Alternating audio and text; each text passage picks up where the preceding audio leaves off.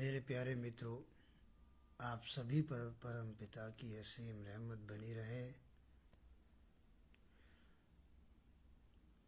हम अपने आप को सही प्रकार से नहीं समझते और ना ही सही प्रकार से हमें अपने इस जीवन की समझ है और ना ही हमें सही प्रकार से अपने लक्ष्य की समझ है। क्योंकि जब जीवन की ही समझ नहीं तो लक्ष्य की समझ होना तो बहुत दूर की बात है। और इसके पीछे कारण यह है कि हमने अपने जीवन के विषय में कभी किसी से गंभीरता के साथ मालूमात पूछताछ करने की कोशिश नहीं की। क्यों नहीं की?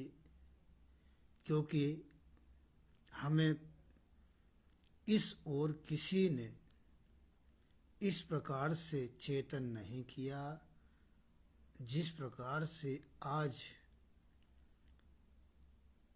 इस समस्त सृष्टि की रचना करने वाले, हमारी रचना करने वाले, जिनको हम अपना मालिक कहते हैं, परम पिता कहते हैं, ये ईश्वर अल्लाह परमात्मा तो बात की बात है। हम सबसे पहले अपना मालिक बोलते हैं। तो हमारे मालिक ने हमें चेतन क्यों किया है अपने इन संदेशों के माध्यम से? क्योंकि ये संसार जहाँ अपनी समझ को खो चुका है, संसार की समझ आ रही है, ब्रह्मांड की समझ आ रही है,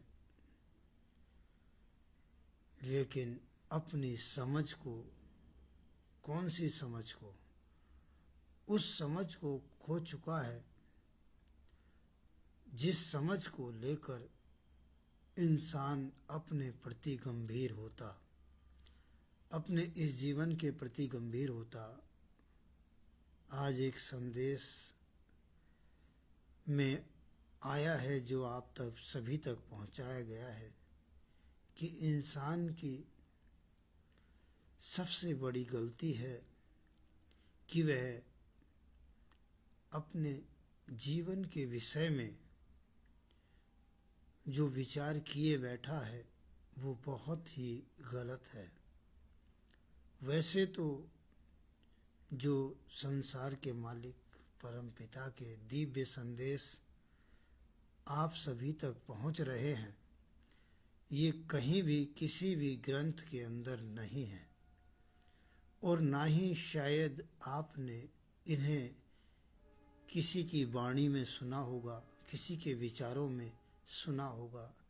बेशक आपने कितने भी ऊंचे से ऊंचे, महत्वपूर्ण से महत्वपूर्ण सत्संग किए होंगे, क्योंकि वहाँ पर जितने भी विचार किए जाते हैं उनमें संसार के मालिक का जिक्र किया जाता है और उनमें वो उपदेश होते हैं जो महापुरुषों ने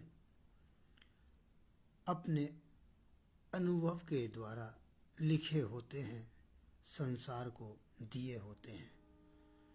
वो परमात्मा के, वो ईश्वर के, वो अल्लाह के विषय में होते हैं।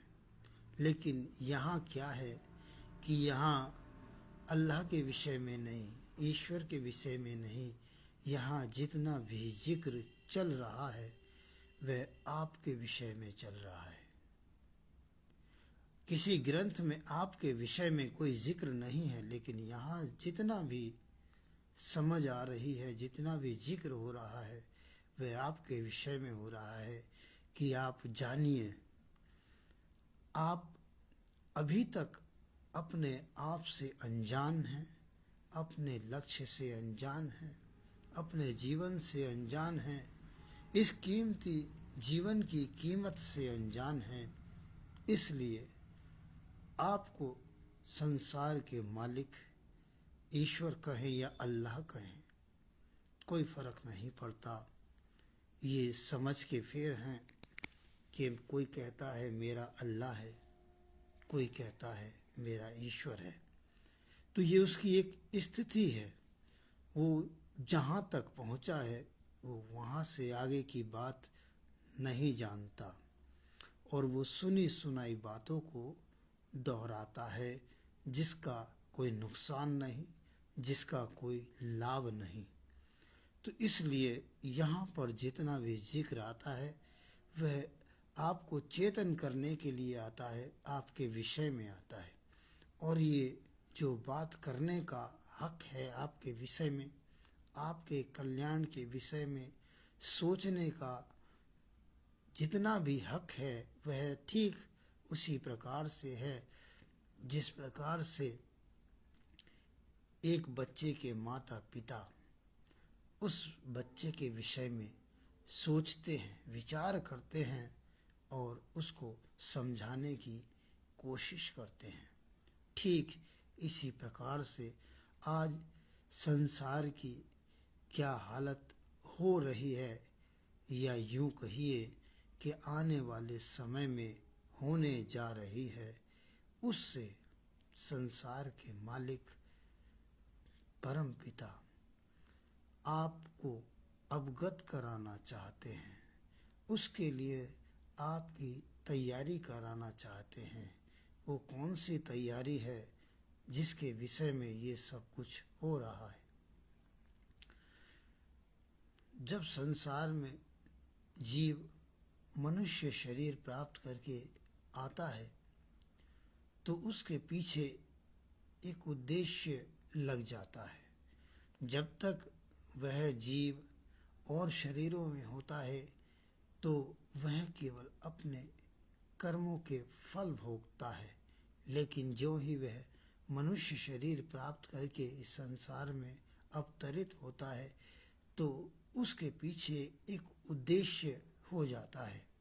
लेकिन संसार ने यहाँ इंसान को बांटा है, कहीं हिंदू बनाया, कहीं मुसलमान बनाया, कहीं सिख बनाया, कहीं ईसाई बनाया, और इतना ही नहीं यहाँ पर भी लाकर किसी को ब्राह्मण बनाया, किसी को क्षत्रिय बनाया, किसी को कुछ बनाया, किसी को कुछ बनाया।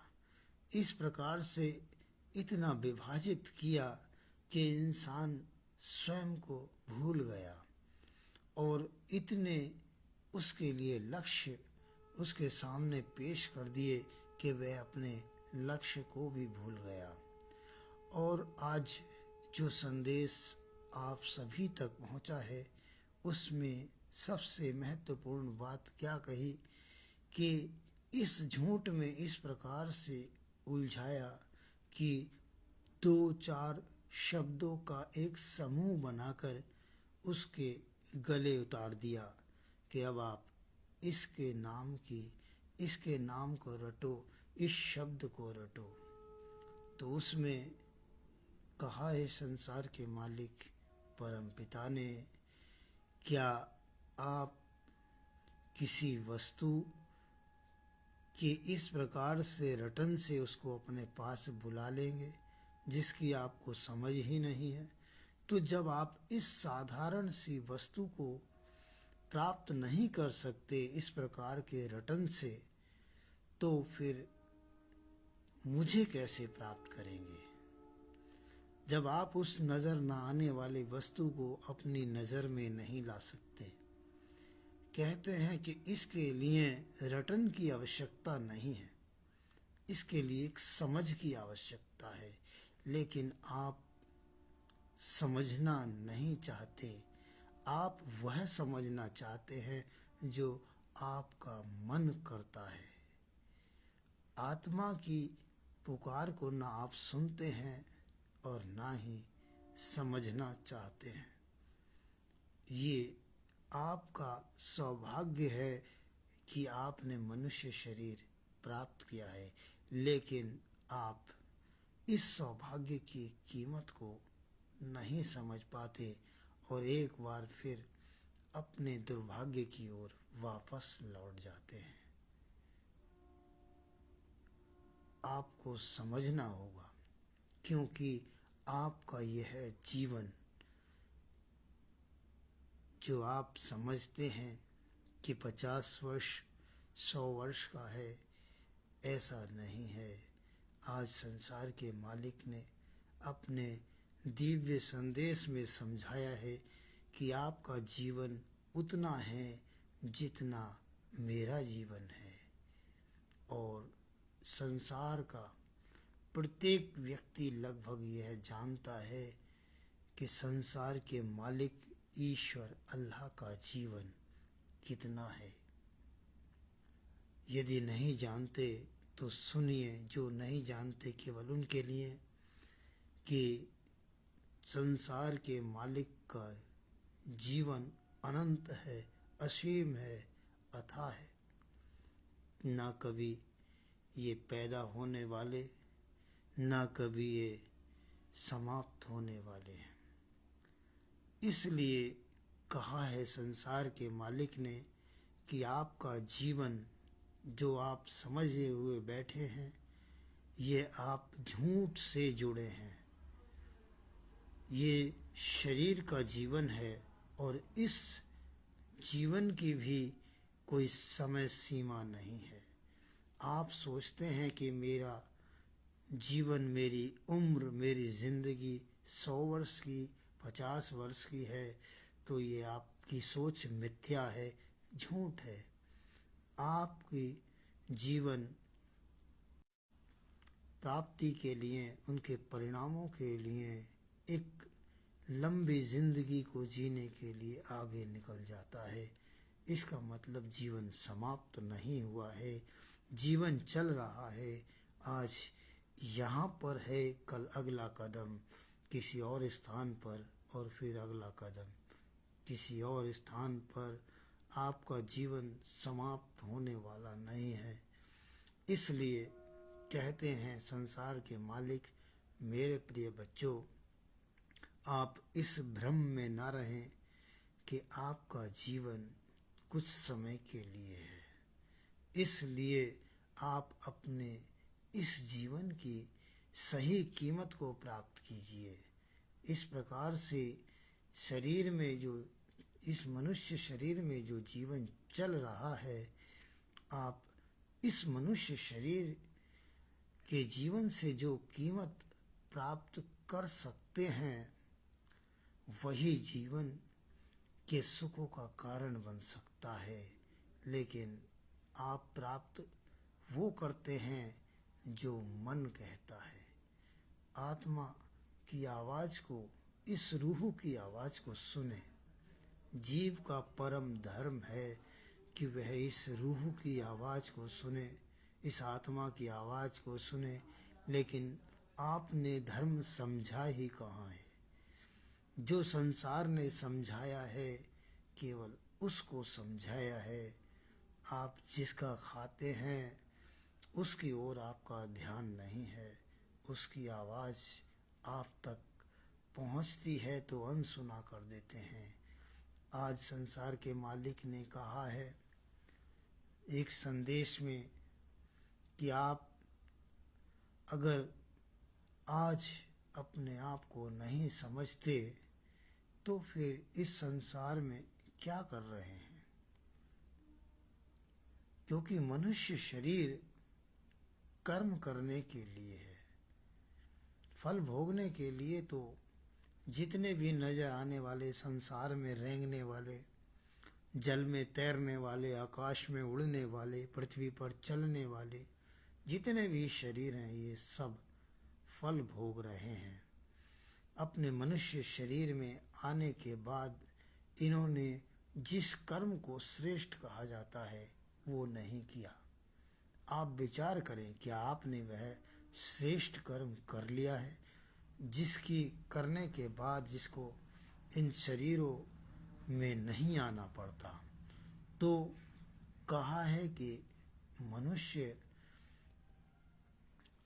शरीर, मनुष्य जन्म एक श्रेष्ठ कर्म करने के लिए है, लेकिन वो श्रेष्ठ कर्म आप जो समझते हैं वह श्रेष्ठ नहीं है। सर्वश्रेष्ठ कर्म है कि इस जीव आत्मा का कल्याण करना। क्या ये कर्म आप कर चुके हैं? कर लिया है? ये जीते जी इसी शरीर में रहते हुए संभव है, और ये इतना संभव है कि एक बार यदि कर लिया जाए तो ये जीव स्थिर अवस्था को प्राप्त करता है, और स्थिर अवस्था वाला जीव फिर भटकता नहीं है। संसार के मालिक ने अपने दिव्य संदेशों में कहा है कि मुझको निराकार कहते हैं। जो मुझे निराकार के रूप में जानते हैं वो केवल वहीं तक सीमित हैं, लेकिन मुझे तक पहुंचने के लिए निराकार में प्रवेश करके मुझे महसूस करना होगा, क्योंकि मैं यदि निराकार हूँ तो फिर मैं निराकार में भी हूँ। इस प्रकार से मेरी अनुभूति करने के लिए आपको तैयार होना है। कौन तैयार होगा? कोई शरीर नहीं होगा। ये अवस्था जीव की होती है, और जीव को यह अवस्था कब प्राप्त होती है? जब वो किसी और का नहीं, स्वयं मेरी अंश आत्मा का सानिध्य प्राप्त करता है। मेरी आत्मा का सानिध्य किसी विशेष प्रकार से नहीं होता, मुझे पूर्ण रूप से समर्पित होने पर होता है। कोई मेरी माला जपने से नहीं, मेरे नाम को ध्याने से नहीं, मेरे एहसास से, मेरी अनुभूति से, स्वयं में होने के विश्वास से उत्पन्न होता है, किसी प्रकार के कर्म कांड से नहीं। ये कैसे संभव है कि संसार के मालिक परम पिता का एहसास होता है बिना किसी कार्य के, बिना किसी ग्रंथ के, बिना किसी कर्म कांड के? तो संसार के मालिक परम पिता कहते हैं, मेरे प्रिय बच्चों, ये बहुत ही आसान है, और इसको आप कहा है कि जो संसार में तमाम प्रकार के ऐशो आराम, धन दौलत से संपन्न है, बेशक वो इस माया के बंधन में बंधे रहते हैं, लेकिन जिनके पास कुछ नहीं होता वह बहुत ही आसानी के साथ मुझ तक पहुंच सकते हैं। कहते हैं कि जिन्हें ज्ञान है वो भी बंधन में बंधे हुए हैं, लेकिन जिनके पास ज्ञान नहीं है वो भी बहुत सरलता से मुझ तक पहुंच सकते हैं। तो आइए इसको किस प्रकार से कह रहे हैं थोड़ा सा समझने की कोशिश करें। जिस प्रकार से एक निर्बल व्यक्ति, निर्धन व्यक्ति अपने आप को किसी के शरणागत कर देता है, वह अपने आप को कुछ समझता ही नहीं है। वह नहीं जानता कि मेरी औकात क्या है, मेरी विशात क्या है, लेकिन अपने से सामने वाले को महत्वपूर्ण समझता है कि ये मेरी रक्षा कर सकता है। उसमें अपनी शक्तियाँ समाप्त हो जाती हैं, पूर्ण रूप से शरणागत हो जाता है। यही स्थिति उस सामने वाले में उसके प्रति दया की भावना का जन्म करती हैं, और जब वह जन्म होता है तो उसको कुछ करने की आवश्यकता नहीं, वो तो शरणागत हो गया, वो तो पड़ गया उसके चरणों में। तो इस प्रकार से संसार के मालिक कहते हैं कि तू जब हर प्रकार से रिक्त हो जाएगा तो कहीं जाने की आवश्यकता नहीं, स्वयं में ही पूर्ण रूप से मुझे समर्पित हो जा। मैं तेरा कल्याणकारी मार्गदर्शन करूँगा। इसीलिए कहते हैं कि धर्म ग्रंथों को नहीं, जो 2.5 अक्षर प्रेम का पढ़ लेता है, मैं उसको संसार का सर्वश्रेष्ठ ज्ञानी बना देता हूँ।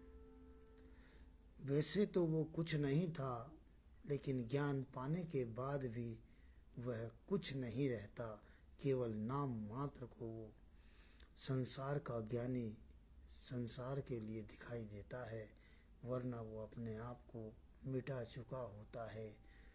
क्योंकि उसमें जब अपने आप को मिटाया है, तभी वहाँ पर संसार के मालिक की उपस्थिति हुई है, जिसको संसार देख नहीं पाता। तो इसी प्रकार से मेरे प्रिय मित्रों, वो जो प्रेम है संसार के मालिक के प्रति, वो किसी ज्ञान से उत्पन्न नहीं होता, बल्कि एक तड़प, एक जिज्ञासा के साथ उसकी उत्पत्ति होती है। संसार की माया में उलझा हुआ व्यक्ति बहुत ही मुश्किल के साथ इस कार्य को कर सकता है, लेकिन एक निर्बल निर्धन व्यक्ति के लिए ये कोई भारी कार्य नहीं है, क्योंकि उस पर ऐसा कोई बोझ लदा हुआ नहीं है जिसको वो उतारे।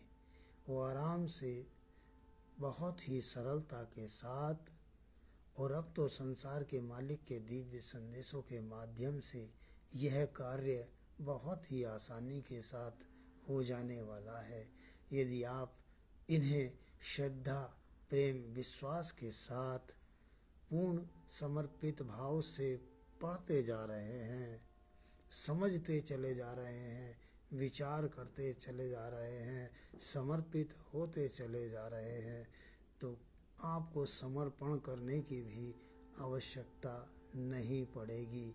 यह कार्य स्वयं ही हो जाएगा और आपको पता भी नहीं चलेगा।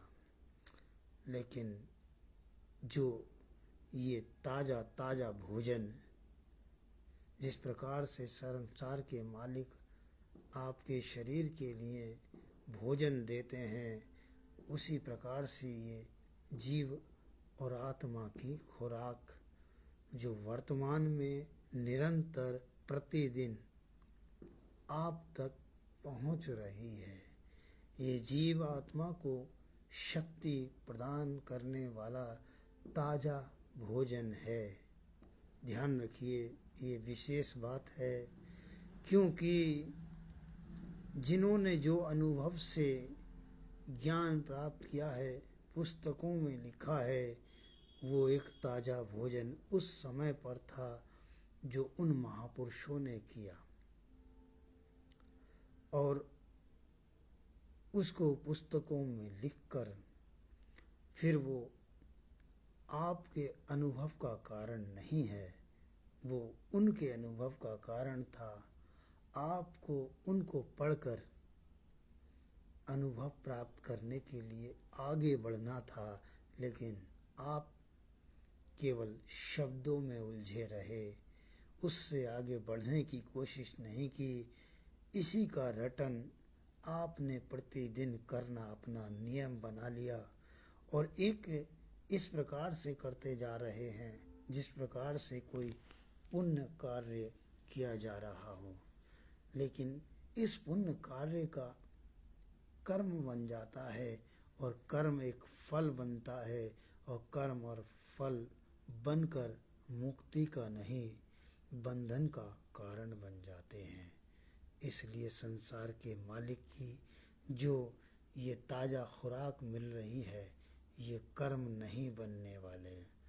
ये पूर्ण रूप से समर्पित भाव से जब आप इन्हें पढ़ते हैं, तो इसमें आपका कोई कर्म नहीं, संसार के मालिक की आवाज़ को सुनना आपका परम धर्म है।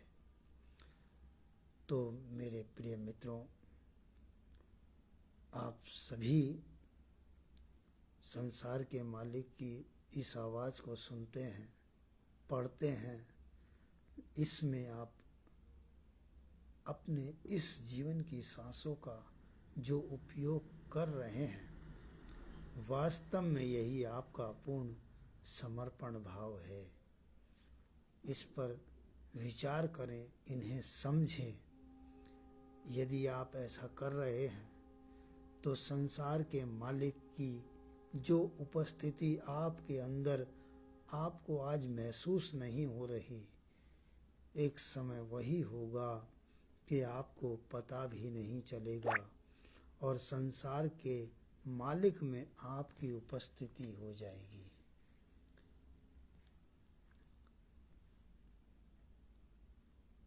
यदि संसार के मालिक ने जो संदेश दिया है कि आप मुझसे सह शरीर बात कर सकते हैं, तो इसके पीछे क्या प्रयोजन है? इसमें सिर्फ सबसे पहले इतना ही कहा गया है कि यदि आप मुझसे सह शरीर बात करना चाहते हैं तो आप जो मेरे दिव्य संदेश आ रहे हैं उसके माध्यम से जो आप में जिज्ञासा, जो तड़प उत्पन्न हुई है, केवल उसी के माध्यम से आप मुझसे बात कर सकते हैं, मुझसे मिल सकते हैं। क्योंकि अभी 4-5 वर्ष पहले तो इस प्रकार का कोई संदेश आया नहीं था, लेकिन आज जो ये संदेश आया है ये अपने आप में विशेष महत्व रखता है। आइए इसके विषय में थोड़ा सा विचार करते हैं, बात करते हैं, क्योंकि इस संदेश के पीछे उद्देश्य यह है कि जो संदेशों को पढ़ रहे हैं अपने जीवन में इसी प्रकार से शामिल कर रहे हैं जिस प्रकार से कहे जा रहे हैं, तो मुमकिन है कि उनमें जिज्ञासा का जन्म होता है और एक तड़प उत्पन्न होती है। वो तड़प शरीरों की नहीं होती, वो जीवात्मा की होती है। वो बात करना चाहती हैं, वो देखना चाहती हैं। उनके लिए यह संदेश है। जो परीक्षा लेना चाहते हैं, जो केवल एक दिखावा करना चाहते हैं, जो एक जानकारियाँ करना चाहते हैं, उनके लिए नहीं। क्योंकि यहाँ पर विश्वास करना, आप संसार पर तो एकदम विश्वास करते हैं, संसार की बातों पर एकदम विश्वास करते हैं, लेकिन संसार के मालिक पर ना तो आप विश्वास करते हैं और ना ही जो संसार के मालिक का इशारा आज आया है उस पर विश्वास कर सकते हैं। इसलिए केवल वही विश्वास कर सकते हैं जो संसार के मालिक को पूर्ण रूप से समर्पित हैं।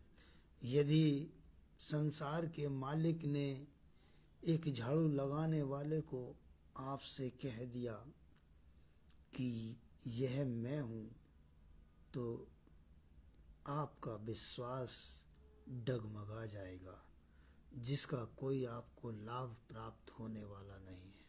संसार के मालिक ने यदि कह दिया कि ये जो शरीर ठंड में ठिठुर रहा है सड़क पर, मैं इससे बात कर रहा हूँ, इस शरीर के माध्यम से आपसे बात कर रहा हूँ, तो जिस प्रकार से आपने इस संसार से समझ हासिल की है, जो नज़ारे यहाँ पर देखे हैं, जो जिन शरीरों से संसार के मालिक की वाणियाँ सुनी हैं, बातें सुनी हैं, आप केवल वहीं तक सीमित हैं। इसलिए क्योंकि अगर आप संसार के मालिक की आवाज़ को समर्पित नहीं हैं तो आप उन शरीरों पर विश्वास नहीं कर सकते, क्योंकि आपकी नज़र में तो बहुत कुछ खास है संसार के अंदर, लेकिन आपकी निगाह वहाँ नहीं जाती जहाँ सादगी है, जहाँ कुछ नहीं है। तो मेरे प्रिय मित्रों, मैं आपसे यही निवेदन करता हूँ कि आप संसार के मालिक परमपिता की दिव्य संदेशों को केवल पढ़ें ही नहीं, इन पर विचार करें, इन्हें समझें। इनको एक बार समझ में नहीं आते, दोबारा समझें, दोबारा पढ़ें। यदि फिर भी समझ में न आए तो तीसरी बार पढ़ें और संसार के मालिक से प्रार्थना करते हुए पढ़ें, आपका नाम क्या है? क्योंकि यहाँ नाम तो केवल झूठे शरीरों के हैं, यहाँ जातियाँ तो केवल झूठे शरीरों की हैं,